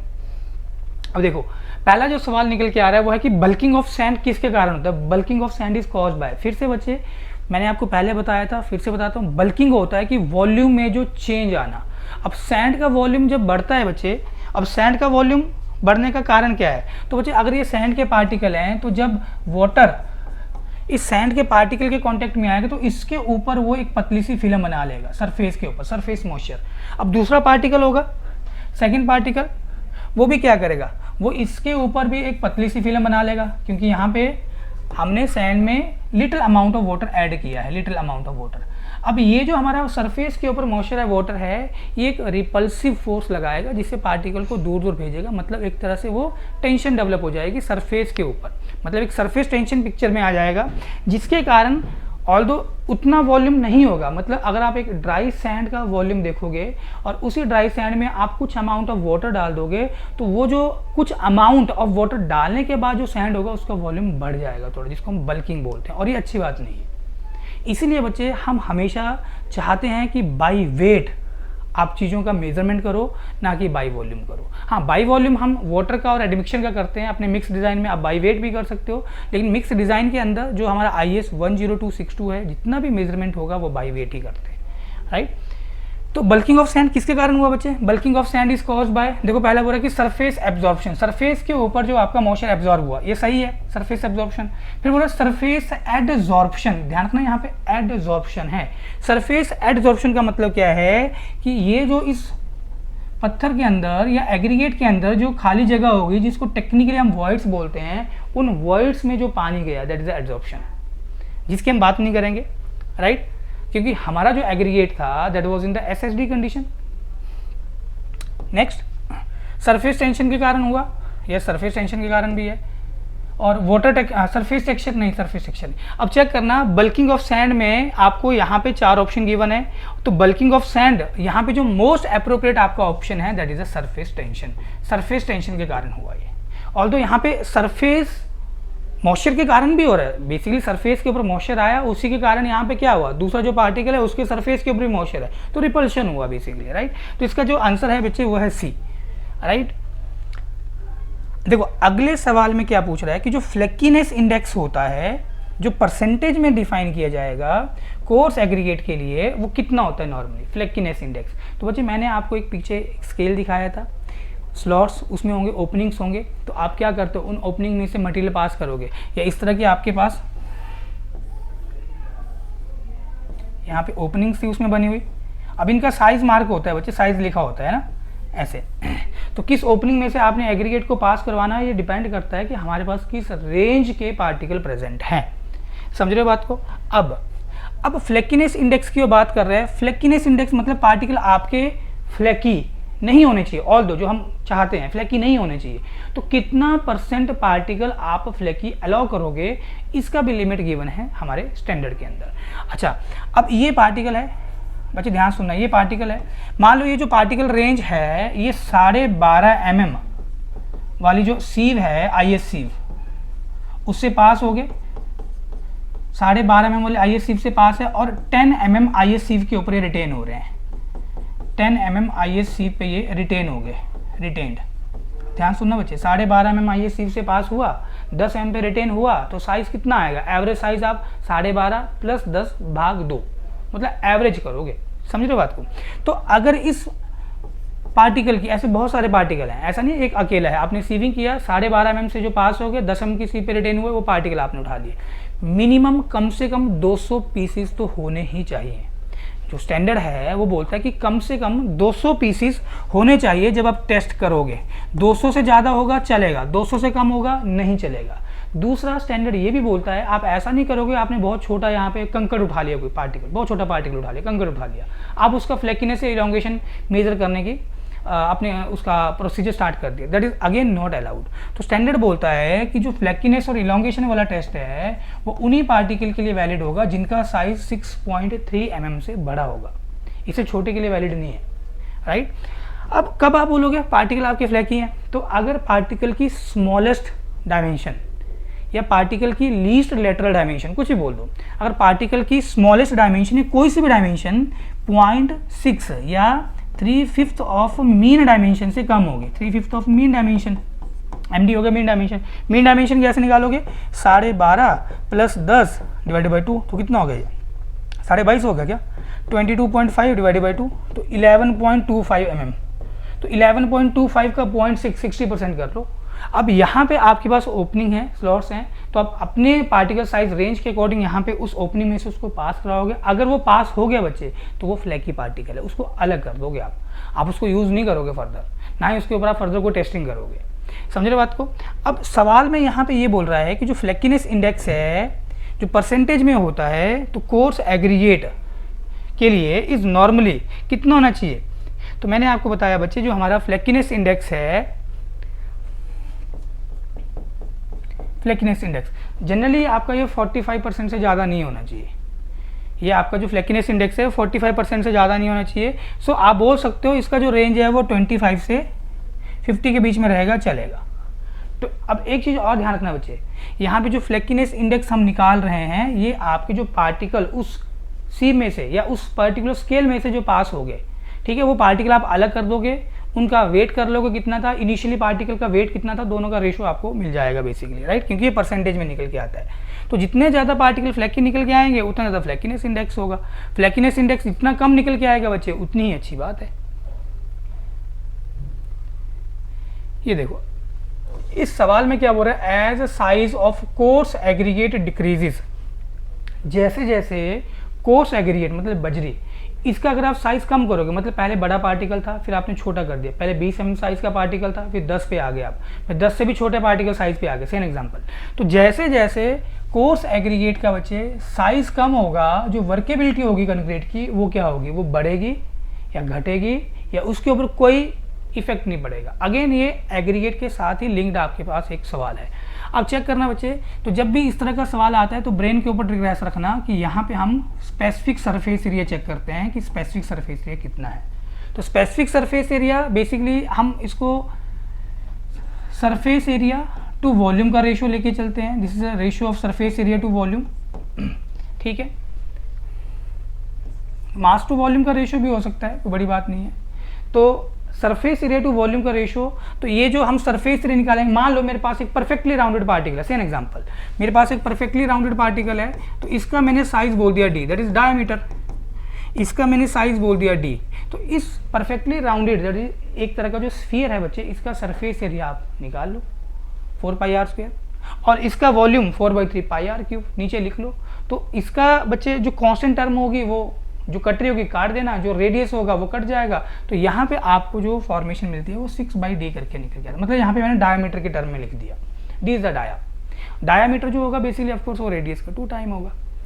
अब बच्चे अगर पार्टिकल साइज बड़ा है, मतलब इसका साइज बड़ा है, डायमीटर बड़ा हो गया, समझो बच्चे बात को, this is a way of understanding the thing. अगर पार्टिकल साइज बड़ा हो गया, डिनोमिनेटर अगर बड़ा हो गया, तो ओवरऑल वैल्यू जो आएगी वो छोटी आएगी क्या। अगर डिनोमिनेटर की वैल्यू जो है वो बड़ी है, मान लो पहले आपने वैल्यू रखी 2, फिर वैल्यू आपने भर दी 3, फिर वैल्यू आपने भर दी 5, तो जैसे जैसे डिनोमिनेटर आपका बड़ा होता जाएगा तो ओवरऑल वैल्यू छोटी होती जाएगी क्या, मतलब स्पेसिफिक सरफेस एरिया की वैल्यू कम होती जाएगी क्या। स्पेसिफिक सरफेस एरिया बच्चे हमें ये बताता है कि अगर मैं उस स्पेसिफिक सरफेस एरिया, मतलब यहाँ पे कुछ वैल्यू आपको मिला, अगर मैं वो पार्टिकल उठाता हूँ जिसका स्पेसिफिक सरफेस एरिया कम है, तो उस पार्टिकल को अपने चारों तरफ सीमेंट पेस्ट या वाटर की रिक्वायरमेंट जो निकल के आती है वो कम निकल के आती है। अगर कोई पार्टिकल है जिसका साइज़ बड़ा है, स्पेसिफिक सरफेस एरिया जिसका कम है, तो उस कंडीशन में उस पार्टिकल को अपने पूरे सरफेस के ऊपर सीमेंट पेस्ट को अडेयर करने के लिए जो उसकी क्वांटिटी की रिक्वायरमेंट निकल के आती है वो कम निकल के आएगी, तो बाकी आपका सीमेंट पेस्ट या वाटर बच जाएगी, जिसकी वर्केबिलिटी बढ़ जाती है। तो बच्चे यहाँ पे साइज ऑफ कोर्स एग्रीगेट अगर आपका कम हुआ, साइज ऑफ कोर्स एग्रीगेट अगर कम हुआ बच्चे, तो वर्केबिलिटी क्या होगा बताओ जरा सोच के, फटाक से आंसर करो। अगर कोर्स एग्रीगेट का साइज कम हुआ तो वर्केबिलिटी क्या होगी। अब कोर्स एग्रीगेट का साइज बच्चे यहाँ पे कम हो रहा है, अगर कोर्स एग्रीगेट का साइज कम हो रहा है तो स्पेसिफिक सरफेस एरिया बढ़ेगा। अगर स्पेसिफिक सरफेस एरिया बढ़ेगा तो वो जो वाटर या सीमेंट पेस्ट की रिक्वायरमेंट होगी उस पार्टिकल को अपने पूरे चारों तरफ उस पेस्ट को लगाने के लिए जो क्वांटिटी निकल के आएगी वो ज़्यादा निकल के आएगी, तो वर्केबिलिटी बच्चे कम निकल के आती है। तो यहाँ पे क्या है, workability decreases, yes decreases. Workability नहीं, इंक्रीज तो नहीं करेगा, फर्स्ट इंक्रीज देन डिक्रीज, ऐसा कुछ भी नहीं है कि पहले बढ़ेगा फिर घटेगा, फर्स्ट डिक्रीज ये भी नहीं, तो इसका बच्चे जो आंसर बना वो बना ए। समझ रहे हो बात को? आई होप आपको चीज़ें समझ में आ रही हैं। अच्छा, अब अगले सवाल के ऊपर चलते हैं बच्चे। अगर आप चीज़ों को बहुत डिटेल में समझना चाहते हो, पढ़ना चाहते हो, आप अगेन 1 अप्रैल से हमारा सेशन स्टार्ट हो चुका है, आप ज्वाइन कर सकते हो, आप मेरी क्लासेस ज्वाइन कर सकते हो बच्चे, ठीक है। Flakiness of aggregate has the following effect on the strength of concrete. अब ये जो आप फ्लैकी एग्रीगेट यूज़ करते हो बच्चे, इससे कंक्रीट की स्ट्रेंथ के ऊपर क्या फ़र्क पड़ता है? बिल्कुल एक सिंपल सा सवाल है, लेकिन एग्जाम में जल्दबाजी करते हैं और आंसर गलत दे के आते हैं। अगर आप फ्लैकी पार्टिकल यूज़ करोगे, मैंने आपको बोला था फ्लैकी मतलब पतले हैं, पतले हैं, जब लोड पड़ेगा तो एकदम से टूट जाएगा, स्ट्रेंथ कम निकल के आएगी। तो फ्लैकी पार्टिकल जो कंक्रीट के अंदर आप यूज़ करते हो, definitely they possess the less strength in the concrete, या ओवरऑल जो कंक्रीट की स्ट्रेंथ निकल के आती है वो कम निकल के आती है। तो पहला बोल रहा है इंक्रीजेज द स्ट्रेंथ, नहीं स्ट्रेंथ बढ़ेगा थोड़ी, वो तो कम होगा ना। जो फ्लैकीनेस ऑफ एग्रीगेट है has the following effect on the strength of the concrete in which it is used, does not effect the strength, strength को ये अफेक्ट करेगा नहीं। ऑप्शन बी बोल रहा है डिक्रीज द स्ट्रेंथ, और लास्ट बोल रहा है डिक्रीज द साउंडनेस। बच्चे तो ये स्ट्रेंथ को कम कर देगा। और हमारे स्टैंडर्ड में IS 2386 के अंदर फ्लैकीनेस, इलोंगेशन इंडेक्स और कंबाइंड इंडेक्स का वैल्यू दिया हुआ है कि अगर आप एग्रीगेट वीरिंग सरफेस में यूज़ कर रहे हो तो भाई इनका जो वैल्यू है परसेंटेज में उतना % होना चाहिए, अगर आप नॉन वीरिंग सरफेस में यूज़ कर रहे हो तो इनका वैल्यू इतना होना चाहिए। रेंज गिवन है बच्चे। अगला सवाल क्या है, maximum limit of water absorption for aggregate suitable for road construction. Road construction के लिए मैक्सिमम जो आपका वाटर एब्जॉर्ब कर सकता है एग्रीगेट वो कितना है। मतलब आपने रोड कंस्ट्रक्शन में एग्रीगेट यूज़ करना है, मान लो ये मैं आपको प्लान दिखा रहा हूँ, ये लाल वाले हमारे एग्रीगेट हैं, तो सिंपल सी बात है बच्चे, अगर मेरे एग्रीगेट बहुत ज़्यादा मॉइस्चर या वाटर को एब्जॉर्ब करेंगे तो उसके अंदर वॉइड्स भी ज़्यादा होंगे, वॉइड्स ज़्यादा होंगे तो लोड पड़ेगा, ऑफकोर्स बच्चे वो कम लोड पे फेल हो जाएंगे, तो स्ट्रेंथ के साथ कॉम्प्रोमाइज़ होने वाला है। तो अगर आपका एग्रीगेट का वाटर एब्जॉर्प्शन की वैल्यू हाई है तो definitely that is not good for the construction point of view या as from the good quality practices. तो in that case maximum limit पूछ रहा है बच्चे। अब देखो ये सवाल है स्टैंडर्ड से, कौन सा स्टैंडर्ड है बच्चे, तो IS 383 है। अब तुम बोलोगे सर आप तो IS 2386 बोल रहे हो, तो बच्चे ये टेस्टिंग का कोड है मेरा, जितने भी टेस्ट होंगे वो इसके अकॉर्डिंग, और जनरल जो स्पेसिफिकेशन है वो आपको यहाँ मिलेगी, जैसे जोन ऑफ सैंड हो गया। अच्छा, आपने कौन कौन से टेस्ट करने हैं, उनके पैरामीटर क्या रहेंगे, तो स्टैंडर्ड में दिया है आपको, ये जनरल हो गया और यहाँ पे टेस्टिंग का मेरा स्टैंडर्ड हो गया। तो इस स्टैंडर्ड के अकॉर्डिंग इसको मैं मिटा देता हूँ, चलिए दोबारा कर रहा हूँ। तो बच्चे इस स्टैंडर्ड के अकॉर्डिंग IS 383 इसके अकॉर्डिंग जो मेरा कोर्स और फाइन एग्रीगेट का मेरा बेसिकली ये स्टैंडर्ड है। CA मतलब कोर्स एग्रीगेट, FA मतलब फाइन एग्रीगेट। थोड़ा मेरी हैंड राइटिंग के साथ मैनेज करना बच्चे। Maximum limit of water absorption for aggregate suitable for road construction. तो बच्चे मैक्सिमम 1% अलाउड है स्टैंडर्ड के अंदर, मैक्सिमम 1% अलाउड है स्टैंडर्ड के अंदर। अगर आपको किसी और प्लेटफॉर्म पे अलग आंसर मिल रहा है बच्चे, और मान लो आपने एग्जाम दिया, एग्जाम देने के बाद वहाँ आंसर की में 1% नहीं था, तो you can challenge, I will give you the clause जहाँ पे 1% आपको ये वाटर एब्जॉर्प्शन या मॉइस्चर एब्जॉर्प्शन का लिमिट दिया हुआ है। तो बच्चे इसका आंसर है यहाँ पे 1%, मैक्सिमम 1%। इससे ऊपर नहीं जा सकते, इससे कम होगा बच्चे तो अच्छी बात है, राइट। ये बात की जा रही है बच्चे यहाँ पे कोर्स एग्रीगेट की, राइट। फाइन एग्रीगेट की बात नहीं है यहाँ पे, ये कोर्स एग्रीगेट के लिए बोला है यहाँ पे 1%, फाइन एग्रीगेट के लिए अब देखो जैसे जैसे पार्टिकल साइज छोटा होता जाएगा उसको मॉइस्चर को होल्ड करने की जो इसकी कैपेसिटी होगी वो बढ़ती जाएगी, तो डेफिनेटली जो मॉइस्चर एब्जॉर्प्शन होगा वो भी बढ़ जाएगा। तो यहाँ पे लिमिट चेंज है, 1% नहीं है वो, ठीक है, दैट इज 3% बेसिकली। अगला सवाल देखो, अगला सवाल क्या है, एग्रीगेट क्रशिंग वैल्यू। अगेन बच्चे एग्रीगेट क्रशिंग वैल्यू, तो ये जो एग्रीगेट क्रशिंग वैल्यू होती है, एक मैं आपको थोड़ा सा इसमें आइडिया देता हूँ टेस्ट में। तो हम क्या करते हैं बच्चे, एग्रीगेट लेते हैं, ये ड्राई एग्रीगेट होते हैं बेसिकली, जो 12.5 mm की सीप से तो पास हो जाते हैं, पास होंगे 12.5 mm की सीप से, और 10 mm की ISC पे ये रिटेन हो जाते हैं। तो मैं यहाँ पे कुछ एग्रीगेट लूँगा, इनका इनिशियल वेट मैं कर लेता हूँ।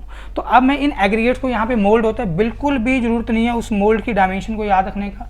ये एक मोल्ड होगा, इस मोल्ड में आप वो एग्रीगेट फिल कर दोगे। पहला लेयर आपने 25 बार अटेम्प्ट किया, दूसरा लेयर आपने 25 बार अटेम्प्ट किया, और तीसरा लेयर आपने 25 बार अटेम्प्ट किया, ठीक है। आपने 3 लेयर में इस मोल्ड को फिल कर दिया उन्हीं एग्रीगेट से जो 12.5 mm सीप से पास हुए थे और 10 mm की सीप पे रिटेन हुए थे। अब यहाँ पे मेरे पास एक प्लंजर होता है, ये प्लंजर है। प्लंजर कुछ नहीं, बेसिकली ये नीडल का बड़ा फॉर्म होता है बच्चे, ये प्लंजर है, दिस इज प्लंजर, ये एन लिखा है यहाँ पे। अब इस प्लंजर से आप क्या करते हो, कंप्रेसिव लोड अप्लाई करोगे। अब ध्यान रखना, ये जो लोडिंग आप अप्लाई करते हो ग्रेजुअल लोडिंग है, आप ऊपर से लोड गिराओगे नहीं तो ये इम्पैक्ट लोड में कन्वर्ट हो जाएगा, और एग्रीगेट इम्पैक्ट टेस्ट हमारे पास अलग है। तो यहाँ पे जो पेपर में बच्चे पूछा हुआ है स्टेट जेई के अंदर, तो ये जो आप लोडिंग लगाते हो, जो लोडिंग का रेट है, रेट ऑफ लोडिंग, तो हमारे स्टैंडर्ड में बोला गया है कि इस प्लंजर की हेल्प से आप मैक्सिमम 40 टन का लोड लगाओगे, मैक्सिमम 40 टन का लोड लगाना है, और वो लोड जो 40 टन का आप लगाओगे वो 10 मिनट में लगा के ख़त्म करना है। मतलब अगर आपने टेस्ट स्टार्ट किया, आपने स्टॉप वॉच ऑन कर दिया, तो 10 मिनट जब कंप्लीट होंगे 40 टन लोड लग चुका होना चाहिए एग्रीगेट्स के ऊपर। मतलब अगर आप बोलोगे तो रेट ऑफ लोडिंग जो आ जाएगा वो 4 टन पर मिनट निकल के आ गया, 1 मिनट में 4 टन, 10 मिनट में 40 टन हो गया। समझे बात को? तो 40 टन का मैक्सिमम लोड लगाने के बाद एग्रीगेट बहुत बुरी तरह से क्रश हो जाएगा अगर वो कमज़ोर होगा तो। अगर एग्रीगेट मेरा पुअर होगा, कमज़ोर होगा या बेकार होगा, तो जब 40 टन का इतना बड़ा लोड लगाएंगे तो क्रश हो जाएगा एग्रीगेट। अब यहाँ पे मेरे पास 2.36 mm का सीव होता है, एक सीव और होगा, 2.36 mm का सीव होगा, इसमें से मैं पास कराऊंगा मटेरियल को। यहाँ से मटेरियल उठाया, इसका इनिशियल वेट बच्चे हमने करके रखा था, मान लो हमने बोला कि मेरे पास 1 kg का सैंपल था, राइट। तो इनिशियल वेट मेरे पास होगा। अब उस एग्रीगेट को टेस्ट कंडक्ट करने के बाद मैं इसके ऊपर डाल दूंगा और सीविंग करूंगा। अब मैं ये चेक करूंगा कि मेरा जो वेट या मटेरियल जो यहाँ पे पास हुआ, यहाँ कलेक्टिव पैन होगा बच्चे नीचे, यहाँ पे जो मेरा मटेरियल पास हुआ उसका वेट कितना है, मैंने इसको W2 बोल दिया। अगर एग्रीगेट पुअर क्वालिटी के होंगे तो बहुत बुरी तरह से क्रश हो जाएंगे, और बच्चे यहाँ से जब वो पास करेंगे तो वेट ज़्यादा मिलेगा, W2 ज़्यादा आएगा। तो एग्रीगेट जो क्रशिंग वैल्यू होती है वो रेशो होगा W2/W1 × 100 का। तो अंडरस्टैंड करो, अगर न्यूमरेटर W2 ये बड़ा होगा तो एग्रीगेट क्रशिंग वैल्यू भी ज़्यादा आएगी। अगर लो स्ट्रेंथ एग्रीगेट होगा तो उसकी एग्रीगेट क्रशिंग वैल्यू हाई होगी, यही यहाँ का कंक्लूजन है। अगर हाई स्ट्रेंथ का एग्रीगेट है तो एग्रीगेट क्रशिंग वैल्यू कम होगी। इसी के ऊपर आपसे सवाल करता है एग्जामिनर। और बच्चे अगर आप एग्रीगेट यूज़ कर रहे हो अपना वीयरिंग सरफेस में, मैं बार बार बोल रहा हूँ, एक होगा वीयरिंग सरफेस, एक होगा नॉर्मल एप्लीकेशन के लिए। तो जब एग्रीगेट आपका, देखो यहाँ पे बोल रहा है, अगर एग्रीगेट आपका which in turn use for purpose other than wearing surface, मतलब वीयरिंग सरफेस में आप यूज़ नहीं कर रहे हो, तो बच्चे यहाँ पे जो एग्रीगेट क्रशिंग वैल्यू है वो कितना, तो एग्रीगेट क्रशिंग वैल्यू आपका 45% तक जा सकता है, should not be greater than 45%। अगर यही मेरा एग्रीगेट होता वीयरिंग सरफेस के, then aggregate crushing value should not exceed 30%, 30% से ज़्यादा नहीं जाना चाहिए, ये मैं आपको बता चुका हूँ। ये वीयरिंग सरफेस अगर यहाँ पे अदर दैन की जगह नहीं होता, ऐसा लिखा होता, तो आंसर होता 30%, 30% है तो आंसर ए बनता। अब 30% से ज़्यादा आ गया, मान लो 33% आ गया, और वीयरिंग सरफेस में यूज़ करना है, फिर 10% फाइन वैल्यू वाला टेस्ट है एग्रीगेट के ऊपर। मेरे ख्याल से बहुत ही कम बच्चों ने उसको सुना होगा या पढ़ा होगा। तो बच्चे जब आप क्लासेस ज्वाइन करोगे तो आप इन चीज़ों को डिटेल में स्टडी करोगे। फॉर अ बीम, कोई बीम दे दिया आपको जिसका क्रॉस सेक्शन साइज दे दिया आपके पास 100/200, ये बीम दे दिया बच्चे, ये बीम है। अब मैंने कुछ बीम ऐसे ड्रॉ किया 3D में आपको सिर्फ समझाने के लिए, मान लो ऐसे बीम दिया हुआ है, तो ये बीम की लेंथ हो जाएगी, जो लार्जेस्ट डायमेंशन होगी वो लेंथ हो जाएगी।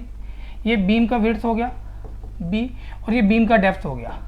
तो बच्चे अगर मैं बात करूँ क्रॉस सेक्शन में, तो क्रॉस सेक्शन जब आप इसको कट करते हो, यहाँ पे कट करने के बाद आपको जो बीम का डायमेंशन दिखेगा, वो बच्चे ये वाला डायमेंशन दिखेगा जो मैंने हैच कर दिया, मतलब एक आपको विड्थ दिखेगा, एक आपको डेप्थ दिखेगा। तो यहाँ पे एक ये बी गिवन है विड्थ ऑफ बीम और ये डेप्थ गिवन है डेप्थ ऑफ बीम। तो अब सवाल कर रहा है कि जो आप इस बीम को बना रहे हो अगर कंक्रीट से, तो उस कंक्रीट के अंदर जो आपका कोर्स एग्रीगेट है उसका मैक्सिमम साइज आप कितना लेके चल सकते हो। ऑल्दो उसने इस बीम के अंदर जो आपका सरिया डलेगा एज अ रिइंफोर्समेंट के तौर पे उसके ऊपर कोई कमेंट नहीं किया है, मतलब वो सिर्फ डायमेंशन के बिहाफ के ऊपर मैक्सिमम साइज ऑफ पार्टिकल आपसे जानना चाहता है। तो इन दैट केस बच्चे मैक्सिमम साइज जो होता है वो 1/4 of minimum dimension of member. तो इन दोनों में से मिनिमम डायमेंशन कितनी है, 100 mm है क्या, तो 100 कर दो, तो 100 को 4 से डिवाइड कर दो, मतलब 25 mm से बड़ा आप पार्टिकल यूज नहीं करोगे। देखो आप सवाल देख लो, for a beam of cross section size this and this the normal maximum, ये नॉमिनल होगा बच्चे, यहाँ पे नॉर्मल नहीं है, दिस इज नॉमिनल, ये टाइपिंग मिस्टेक है, nominal maximum size of coarse aggregate should not be greater than 25 mm से ज़्यादा नहीं चाहिए। तो कितना प्रोवाइड करते हैं, 20 mm। ये सिंपली पूछ रहा है कि should not be greater then, तो 25 mm से बड़ा ही होना चाहिए, 25 mm से बड़ा नहीं होना चाहिए। जो हमारा यूनिवर्सल साइज आता है वो 20 mm है, 20 mm के साथ चलते हैं। अगला सवाल देखो बच्चे, which of following properties of aggregates, aggregates की कौन सी property that are influenced by, ध्यान से सुनना बच्चे word to word, which of the following properties of aggregate, aggregate की फॉलोइंग प्रॉपर्टी में से कौन सी जो इन्फ्लुएंस हो जाती है किसके द्वारा, by porosity, permeability and water absorption of aggregate is considered to be less important in general in Indian context. सवाल पढ़ लो दोबारा एक बार, अपने आप ही पढ़ लो। अब चेक करना बच्चे, अगर मैं बात करूं पोरोसिटी, मतलब एग्रीगेट के अंदर वॉइड्स होंगे, सिंपल सी बात है। परमेबिलिटी, जब आप एग्रीगेट्स कलेक्टिवली कंसीडर करते हो तो वो एग्रीगेट अपने इंटरकनेक्टेड वॉइड्स में से जो फ्लूइड को अलाउ करते हैं पास होने के लिए, तो परमेबिलिटी है बच्चे। वाटर एब्जॉर्प्शन, ऑफ कोर्स भाई जितने वॉइड्स होंगे, मटेरियल की हम बात कर रहे हैं एग्रीगेट की, उसमें जितने ज़्यादा वॉइड्स होंगे उतना ज़्यादा मॉइस्चर को सोक करेगा, एब्जॉर्ब करेगा। तो बच्चे इससे क्या इफेक्ट पड़ेगा, bond between the aggregate and cement paste, क्या इस पर फर्क पड़ेगा, यस ऑफ कोर्स पड़ेगा बच्चे। Resistance to aggregate chemical agency, yes, वो जो एग्रीगेट्स होंगे जो केमिकल एजेंसीज अटैक करेंगी हमारे एग्रीगेट के ऊपर, तो एग्रीगेट का रेजिस्टेंस कम हो जाएगा, वो कम प्रतिरोध कर पाएंगे। एकदम से केमिकल अटैक हो जाएगा, आपका हो सकता है वहाँ पर स्पाइलिंग ऑफ कंक्रीट हो रहा हो, कंक्रीट आपका गिर रहा हो नीचे। रेजिस्टेंस टू एब्रेशन, यस, अगर आपके एग्रीगेट जो होंगे बच्चे वो पोरस होंगे, तो डेफिनेटली जब आप उन पे टेस्ट कंडक्ट करोगे, कौन सा, लॉस एंजलिस वाला जो पीछे आपको एक ड्रम दिखाया था, तो उस ड्रम के अंदर जब आप एग्रीगेट डालते हो बच्चे, तो एग्रीगेट अगर अंदर से वीक होंगे, उनमें वॉइड्स होंगे, पोरस होंगे, तो जब वो आपस में और स्टील बॉल के साथ टकराते हैं तो उनका जो यहाँ पे पाउडर फॉर्म में कन्वर्जन निकल के आएगा वो ज़्यादा निकल के आता है, तो मतलब इसको भी इफेक्ट होगा। फ्रीजिंग एंड थॉइंग की बात कर रहे हैं तो लेस अफेक्टेड है आपका freezing and थॉइंग। Freezing and थॉइंग basically बच्चे ये अगर आप देखोगे तो जहाँ पे आपका टेम्परेचर नेगेटिव में जा रहा है, मतलब 0 डिग्री पे आपका जनरली वाटर फ्रीज हो जाता है, नेगेटिव पे जा रहा है, फिर टेम्परेचर बढ़ रहा है, मतलब ऐसी सिचुएशन है जहाँ पे जो वाटर प्रेजेंट है मेरे मटेरियल के अंदर वो पहले फ्रीज हुआ, फ्रीज होगा उसका वॉल्यूम बढ़ेगा बच्चे, फिर टेम्परेचर बढ़ा तो वो वाटर मेरा क्या हुआ, फिर से वो लिक्विड स्टेट में आ गया। तो जनरली इंडिया में इस तरह का तो टेम्परेचर वेरिएशन नहीं होता है, हाँ टेम्परेचर वेरिएशन होता है, हम मना नहीं करते, लेकिन इतना टेम्परेचर वेरिएशन नहीं होता है, राइट। तो यहाँ पे जो लीस्ट अफेक्टेड चीज़ रहेगी, जो लेस इंपॉर्टेंट है, वो रहेगा आपका फ्रीजिंग एंड थॉइंग। आई होप आपको इस सवाल का आंसर मिला होगा। हाँ, अगर फॉरेन कंट्रीज़ की बात करेंगे वहाँ पे फ्रीजिंग एंड थॉइंग भी एक इंपॉर्टेंट पार्ट प्ले करेगा, इंडिया में इतना पार्ट प्ले नहीं कर रहा है। अगला सवाल है बच्चे, अगर मैं कोर्स एग्रीगेट जो बजरी है या बजरा, कुछ भी बोल दो बच्चे, मैं अपनी भाषा में लिख रहा हूँ, बजरी या बजरा, और फाइन एग्रीगेट जो हमारा रेत होता है, सैंड होता है, ठीक है जी। तो अगर आपको एग्रीगेट दिए गए कलेक्टिवली और ये बोला कि ये कोर्स एग्रीगेट और फाइन एग्रीगेट इनको सेपरेट करना है, तो कैसे करोगे बच्चे, तो हमारे पास ऑल दो सेट ऑफ सीव्स होती हैं, लेकिन जो डिसाइडिंग सीव है वो है 4.75 mm की। तो जो 4.75 mm की IS सीव है, तो बच्चे ये डिसाइडिंग सीव होती है। इस सीव के ऊपर जो मटेरियल आपका रिटेन करेगा वो कोर्स एग्रीगेट कहलाएगा, जो पास कर जाएगा बच्चे वो फाइन एग्रीगेट हो गया। अब इसके ऊपर भी 80 mm का एक हमारे पास लास्ट सीव है, ऐसा नहीं है कि इसके ऊपर बड़े बड़े आपने पार्टिकल्स ले लिए जिनको हम कॉबल और बोल्डर्स बोलते हैं, ठीक है, वो कंसीडर नहीं करेंगे हम, राइट। तो जो डिवाइडिंग लाइन है कोर्स एग्रीगेट और फाइन एग्रीगेट के बीच में, वो कौन बता रहा है? वो 4.75 mm की, ये बता दिए। इसमें से पास हो जाएंगे तो फाइन एग्रीगेट है, इसके ऊपर रिटेन करेंगे वो कोर्स एग्रीगेट है। मेरे ख्याल से आपको इस क्वेश्चन का आंसर क्लियर होगा। अब क्वेश्चन नंबर 10 में देखो क्या बोल रहा है, limit of crushing value. Again बच्चे ये एग्रीगेट क्रशिंग वैल्यू की बात कर रहा है। तो अगर लिमिट चेक की जाए जो हमारे IS 383 में गिवन है कि एग्रीगेट क्रशिंग वैल्यू इससे ज़्यादा नहीं होनी चाहिए। अगेन सवाल को ध्यान से पढ़ लेना, एग्रीगेट जो यूज़ किए गए हैं रनवेज में यूज़ किए गए हैं और किसी दूसरे वीरिंग सरफेस में यूज़ किए गए हैं, तो एग्रीगेट क्रशिंग वैल्यू 30% से ज़्यादा नहीं होनी चाहिए। It should not be greater then 30%। अब अगेन बच्चे, अगर ग्रेड ऑफ कंक्रीट M65 है, इससे ऊपर है, तो ये जो एग्रीगेट क्रशिंग वैल्यू होती है जनरली इसकी लिमिट चेंज हो जाएगी। फिर मतलब बहुत हाई स्ट्रेंथ कंक्रीट की तरफ चलोगे तो डेफिनेटली आपको एग्रीगेट भी क्वालिटी वाइज उतना ही अच्छा चाहिए, फिर ये वैल्यू चेंज हो जाएगा, राइट। अच्छा, दूसरा यहाँ पे aggregate crushing value, aggregate impact value, Los Angeles abrasion test, वहाँ से जो वैल्यू निकलती है, ये चीज़ें आपको बहुत अच्छे से बच्चे गो थ्रू करनी है, ध्यान रखना है। तो मेरे ख्याल से यही क्वेश्चन थे। तो ये मोस्ट इंपॉर्टेंट मैं सवाल अभी लेके आया था आपके लिए। तो जो हमने टॉपिक किया एग्रीगेट, जिसमें मैंने आपको कुछ चीज़ें बताई कि एग्रीगेट्स में क्या क्या पॉइंट इंपॉर्टेंट्स है, कहाँ से जनरली सवाल पूछता है एग्जामिनर, और टेस्टिंग के ऊपर आपको बहुत ज़्यादा फोकस करना है। टेस्ट से आपको किस तरह के सवाल आते हैं बच्चे। अगर आप कोर्स ज्वाइन करते हो बच्चे, या आप कोर्स ज्वाइन कर चुके हो, when ever you will attend my classes, I will give you an idea कि ऐसे चीज़ों को याद रखना है, आपको बर्डन नहीं लगेगा, you will enjoy the session, right. So चलिए मिलेंगे नेक्स्ट क्लास में, तब तक जय हिंद जय भारत।